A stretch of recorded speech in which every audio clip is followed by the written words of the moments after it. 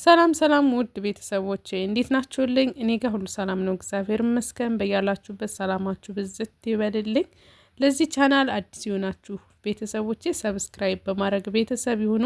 እንዲሁም ቪዲዮ በመለቅ ሰዓት እንዲደርሳችሁ የደውል ምልክቷን መንካታችሁን አትርሱ። የነበራችሁ ቤተሰቦቼ ደግሞ ሰብስክራይብ በማድረግ ላይክ በማድረግ ሼር በማድረግ አበረታቱኝ። ስለምታበረታቱኝም ስለምሰጡኝ አስተያየት በጣም አመሰግናለሁ።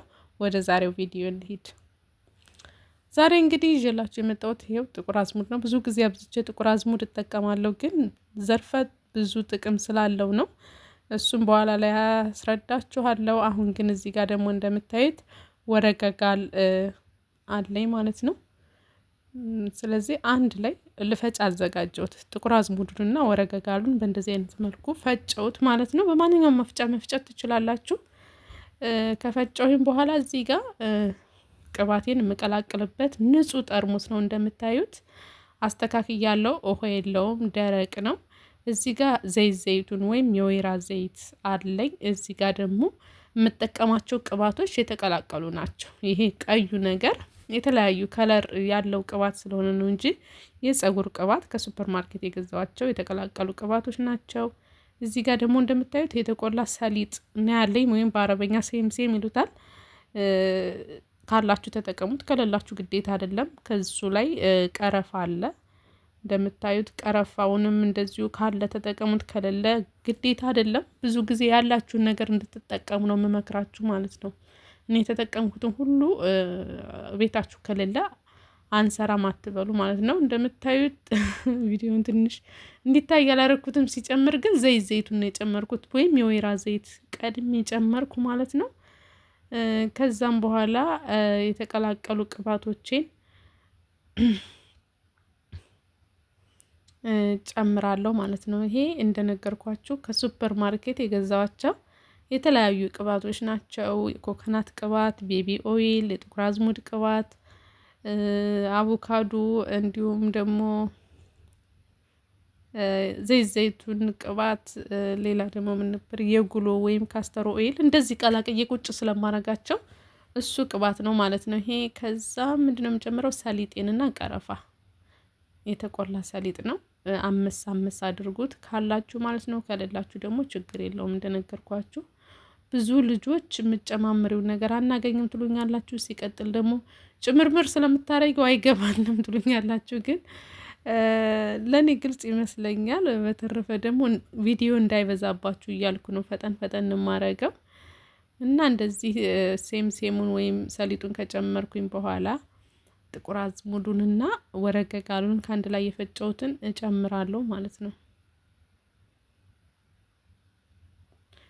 ለምሳሌ እኔ የጨመርኩትን ሁሉ መጨመር አይጠበቅባችሁም። ሁሉም ቤት ውስጥ ከሌለ መስራት አንችልም ብላችሁ አታስቡ። ጥቁር አዝሙዱ ብቻ ካላችሁ መስራት ትችላላችሁ። ሰሊጡ ብቻ ራሱ ካላችሁ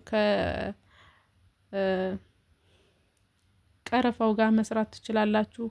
ያላችሁን ነገር ቤት ውስጥ ብቻ መጠቀም ትችላላችሁ። ፀጉራችሁን ላለመንከባከብ ምክንያት አትፍጠሩ ማለት ነው። እንደዚህ በደንብ ዝግት ካረኩኝ በኋላ አላማስለውም። ምንድነው የማደርገው? እንደዚሁ ራሱኑ ወዘውዘዋለሁ።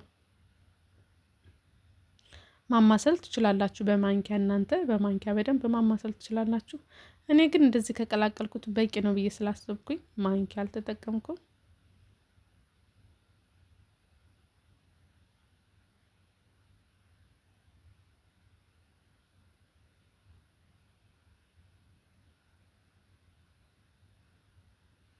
እንደምታዩት በደንብ ብዙ አድርጌ ቀላቅየዋለሁ። ከለሩ ሁሉ ጥቁር አለ።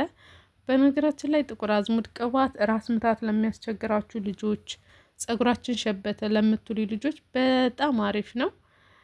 ከዛ እንደዚህ ውዝውዝ አድርጌ ከቀላቀልኩት በኋላ በጨርቅ ጥቅልል አድርጌ አስቀምጠዋለሁ ማለት ነው። ጨለማ ቤት ውስጥ ካስቀመጣችሁት ችግር የለውም፣ ባጠቀለሉትም። ግን እንደዚሁ ኖርማል ቤት ከሆነ በጨርቅ ጥቅልል አድርጋችሁ አስቀምጡ። ቢያንስ ለ15 ቀን ማስቀመጥ አለባችሁ። እዚህ ጋር 15 ቀን በኋላ እዩት ምን እንደመሰለ ቅባቱ። እዩት እንዴት አባቱ እንደሚያምር፣ በጣም ነው የሚያምረው። በነገራችን ላይ ምንም አይነት ሽታ የለውም። በነገራችን ላይ የትንሽ የዘይቱኑ ሽታ ነው። ግን ያኛው ወረገጋሉ ለዚህ በጣም ዘርፈ ብዙ ጥቅም አለው። ወረገጋሉ በነገራችን ላይ ሽታዎችን በጣም ያጠፋላችኋል። በዛ ላይ ደግሞ በቃ ጸጉራችሁ ያለሰልሳለው ብዙ ነገር በጣም አሪፍ ነው። እና ድጋሚ እንደዚሁ ማጥለል አልፈለኩም፣ ምክንያቱም ድጋሚ መቀላቀል ነበረብኝ። ድጋሚ እንደዚሁ ቀላቀልኩትና አሁን አጠለዋለሁ ማለት ነው። በጨርቅ ማጥለል ትችላላችሁ፣ እንደዚህ እንደኔም በማጥለያ ማጥለል ትችላላችሁ። እኔ ግን በማጥለያ ነው ዛሬ እያጠለልኩ ያለሁት ማለት ነው።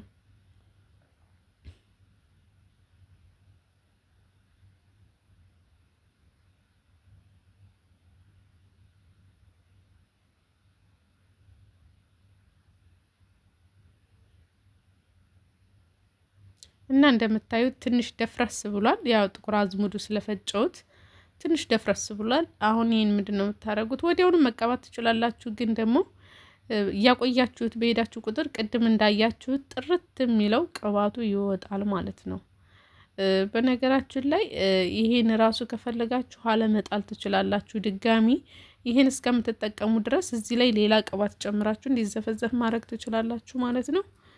ከዛ ቅባቴ እንደዚህ አልቆልኛል። ለመቀባት ዝግጁ አደርገዋለሁ ማለት ነው። እና ውዶችዬ ይሄ ቅባት ጸጉራችሁን በጣም ነው የሚያለሰልሰው፣ በጣም ነው የሚያጠቁረው፣ በጣም ነው የሚያፋፋው። አዘውትራችሁ ተጠቀሙት። በተለይ ጸጉራችሁ ከለር የሌላችሁ ልጆች፣ ኢቭን ሽበት አስቸገረን ለምትሉ ልጆች ራሱ በጣም ነው የሚከላከልላችሁ። እያዘወተራችሁ በቃ ጥቁር አዝሙድ ቅባት ተጠቀሙ። እንደነገርኳችሁ የቅባቶችን አይነቶችን የሚስማማችሁን ቅባቶች መጠቀም ትችላላችሁ። ጥቁር አዝሙዱን ግን እንደዚህ በእንደዚህ አይነት መልኩ እየሰራችሁት አዘውትራችሁ የምትጠቀሙት ከሆነ ለራስ ምታትን በጣም አሪፍ ነው። ለጸጉራችሁ ጥቁረት፣ ለልስላሴው እንዲፋፋ በጣም ነው የሚያደርግላችሁ። በዛ ላይ ደግሞ ሽበት እንዳያስቸግራችሁ ካለባችሁም እንዳይበዛ በጣም ነው የሚከላከለው። እያጠቆረውም ይሄዳል። ብዙ ጊዜ አዘውትራችሁ የምትጠቀሙት ከሆነ እያጠቆረውም ይሄዳል። ስለዚህ ዘርፈ ብዙ ጥቅም ነው ያለው። ተጠቀሙት ውዶች። እዚህ ጋር እናንተን ለማሳየት ያክል ነው እንግዲህ ቅባቴን እየሞከርኩት ያለሁት። ጸጉሬ በጣም ቅባት ነው። ያው በእርግጥ ቅባት መቀባት አይሰለቸኝም፣ በጣም ነው ደስ የሚለኝ። በነገራችን ላይ እንደውም አንዳንዴ በቃ ከመውደድ የተነሳ በጣም ጨፍ አድርጌ ቀባውና ልብሴን ሁሉ ያስቸግረኛል።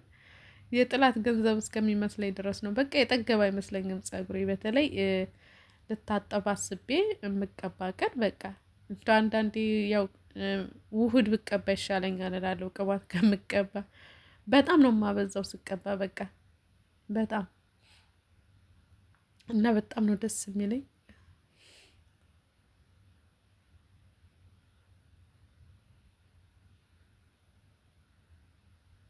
የጸጉራችሁን ጤንነት በእንደዚህ አይነት መልኩ በጣም ቀላል ነው እንዳያችሁት። ኩሽና መግባት ማብሰል ምን ማለት አይጠበቅባችሁም። እንደዚህ እንዳያችሁት ቀላቅላችሁ ቁጭ ማድረግ ነው። ይሄ መቼም አይከብድም ብዬ አስባለሁኝ። ጸጉሬን እንዴት እያማረበት እንደሆነ አይታችሁታል። ያደገ ነው። በዛ ላይ ደግሞ እንግዲህ በቅርብ ጊዜ ጠብቁኝ። የጸጉሬን ቆርጬው አልነበረ ባለፈው። ስለዚህ ልዩነቱ ምን ልዩነት አለ የሚለውን በቅርብ ጊዜ ይዤላችሁ እመጣለሁ። ግን እንዳያችሁት እስካሁን ገና እድገቱን አላቆመም። ምክንያቱም እኩል ነው። አያችሁት? ጸጉሬ ገና ጫፍ የለውም። እኩል ነው ያለበት ሁኔታ። ስለዚህ ገና ብዙ ጊዜ ይቆያል ማለት ነው ከዚህ በኋላ። ከዛ ሹሩባ አልችልም፣ እንደምታውቁት ሹሩባ መስራት አልችልም። ስለዚህ በብልሃት ነው ጸጉሬን የምጠቀመው ማለት ነው የሚይዘው። እና በብልሃት ተጠቀሙ። ስለማልችል በቃ የራሱ ጉዳይ ብላችሁ ከምትተውቱ ይልቅ በብልሃት ተጠቀሙ። አሁን እኔ መስራት ምናምን በቃ እንደዚሁ መስራት ፈለግኩ፣ ወደኋላ ሞሽጬ። ከዛም በኋላ ጫፉ ደግሞ እንዳይደርቅብኝ እንዳይሰባበር በምታዩት መልኩ ሰራሁት ማለት ነው። በጣም ራሳችሁን ቀለል አድርጋችሁ ስሩ ጸጉራችሁን። በተረፈ ወዳችኋለሁ፣ አከብራችኋለሁ። ባይ ባይ።